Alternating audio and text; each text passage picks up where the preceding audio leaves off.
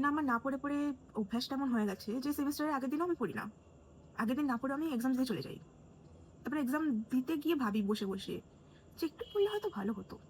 এক্সামের আগের দিন রাতে যখন পড়তে বসতে যাই, যাওয়ার চেষ্টা করি, তখন সিলেবাস দেখে আবার বন্ধ করে দিই। যে ভাবি যে না থাক, তুই তোর জায়গায় থাক, আমি আমার জায়গায় থাকি, আমি বানিয়ে কিছু একটা লিখে দেবো। ওইটুকু কনফিডেন্স আমার মধ্যে আছে। আমি লাইফে খুব ডিসিপ্লিন মেনটেন করি, তাই আমি এক্সামের আগের দিন রাতেই পড়তে বসি। সে যতই আমার এক্সামের 1 মাস ছুটি দিক, এক্সামের আগে আমি পড়বো না। আমি নাচবো, গাইবো, ঘুরে বেড়াবো, সবকিছু করবো, কিন্তু পড়তে আমি বসবো না। না, কনফিডেন্স এতটাই হয়ে গেছে যে ও কিছু বানিয়ে একটা লিখে দেবো। বানানোর প্রতি আমার 100% কনফিডেন্স আছে যে আমি বানিয়ে তো কিছু একটা লিখে দেবো। গরুর রচনা দিলে আমি ছাগলের রচনা, মানে কিছু একটা করে দেবো।